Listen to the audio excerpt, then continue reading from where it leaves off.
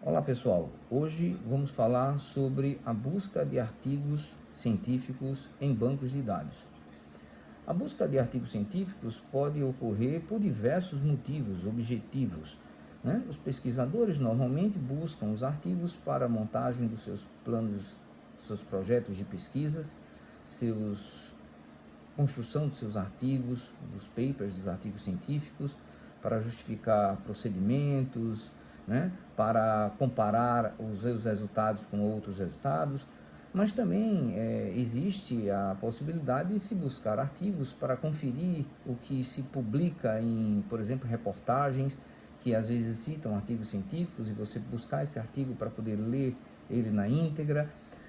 Também pode ter o objetivo de se atualizar, né? Os profissionais buscar atualização ou pelo menos verificar as evidências que têm disponíveis na literatura, até mesmo para instituições governamentais, né? Para chancelar que aquele procedimento que está sendo requerido tenha ali a confirmação da evidência científica, né, que pode ser confiável aplicar aquela intervenção, porque os estudos mostram que os resultados são favoráveis para aquele tipo de situação.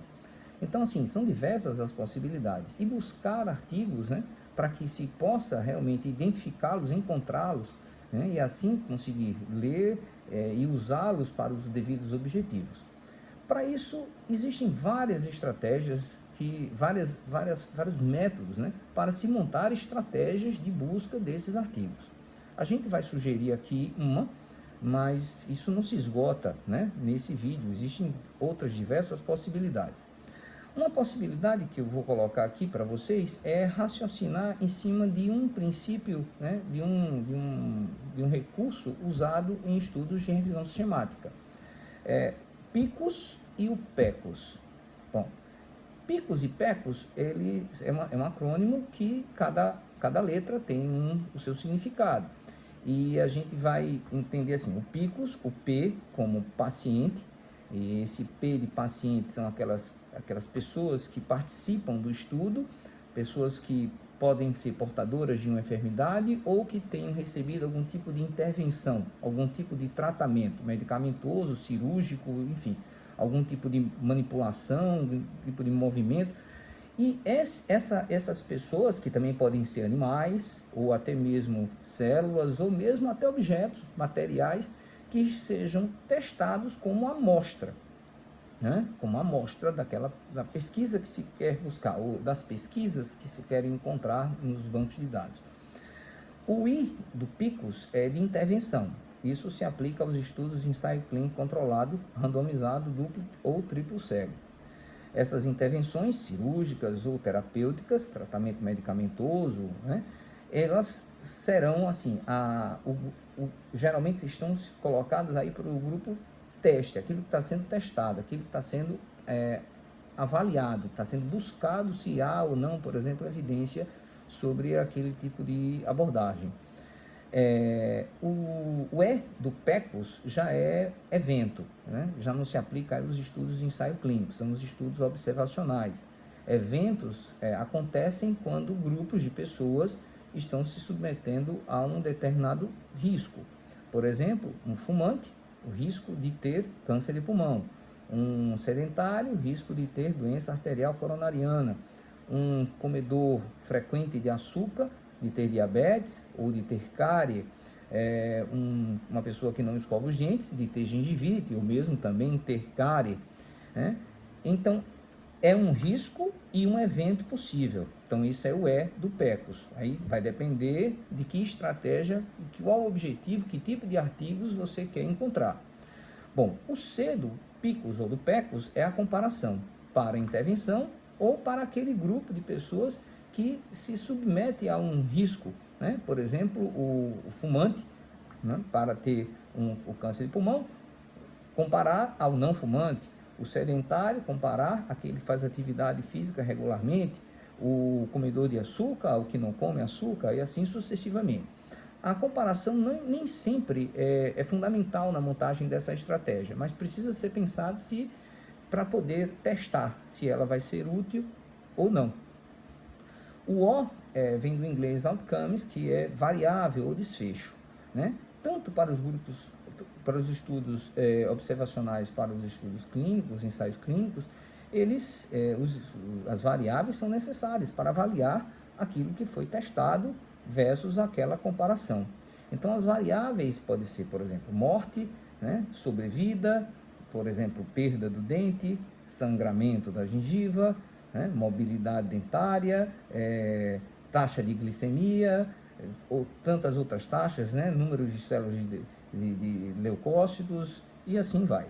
Então, assim, podem ser variáveis quantitativas, numéricas, ou variáveis qualitativas, né? Pode ser dicotômicas, tem, não tem, morreu, não morreu, né? Sobreviveu, não sobreviveu. Então, assim, ou variáveis categóricas, nenhuma, pouco, muito, por exemplo.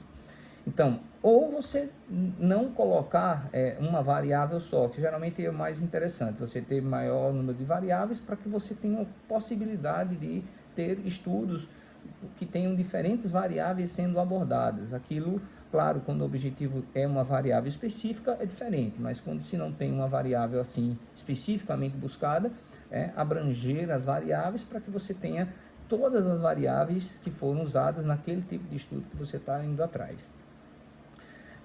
E tem o S de Study Design, que é tipo de estudo, né?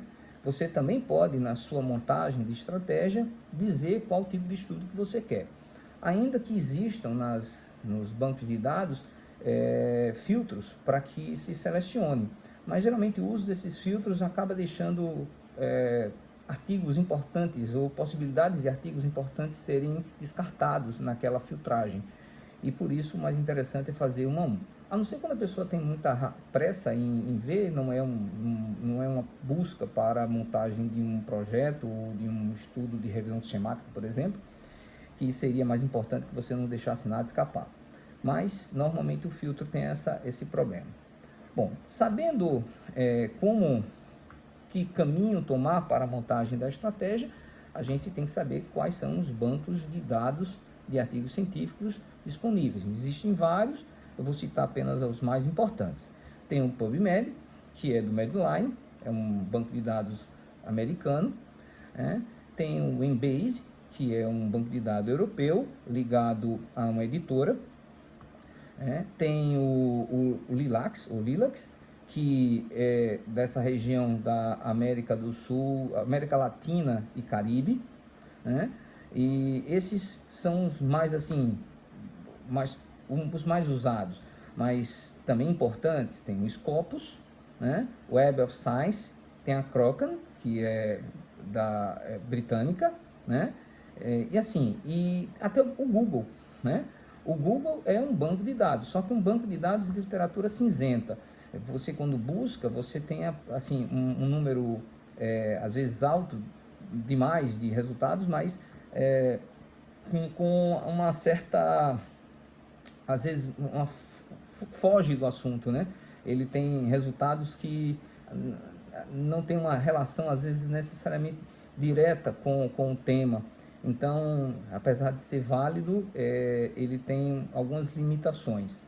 Bom, e no Google, no próprio Google, você tem o Google acadêmico, né, que é mais específico, né, se volta mais para a busca de artigos.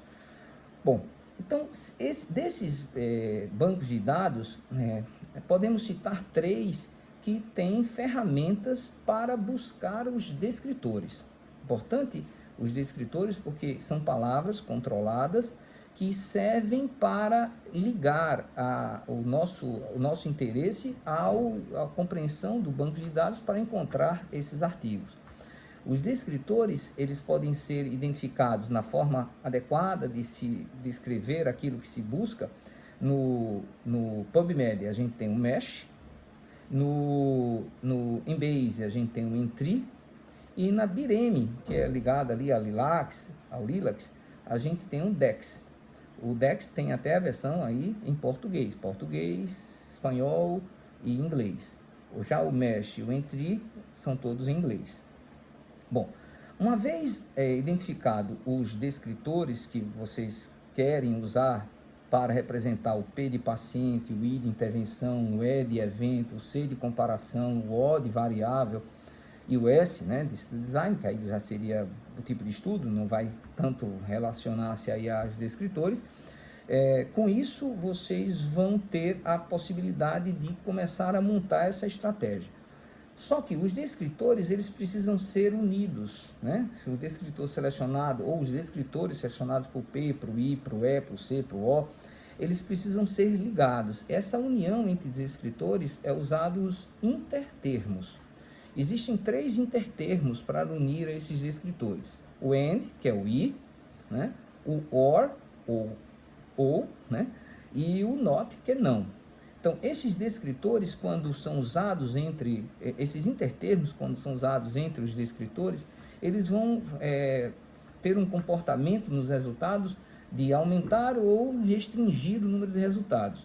O AND, quando você usa o AND entre 2 descritores, você está fazendo uma interseção entre artigos possíveis para cada um desses descritores. Por exemplo, quando você tem um descritor usado para doença arterial coronariana, e você usa um outro descritor usado para a doença periodontal, por exemplo, se houver 20 mil artigos científicos sobre doença arterial coronariana e 10 mil sobre doença periodontal, e mais 5 mil desses tem os 2 assuntos unidos, então você vai ter interseção de 5 mil, então você não vai ter 20 mil nem 10 mil resultados, você vai ter 5 mil resultados, porque apenas 5 mil unem os 2 temas, né? Quando você coloca OR, aí você teria os 20 mil de doença arterial coronariana com os 10 mil, estou dando um exemplo aqui, né? E aí você ampliaria o número de resultados.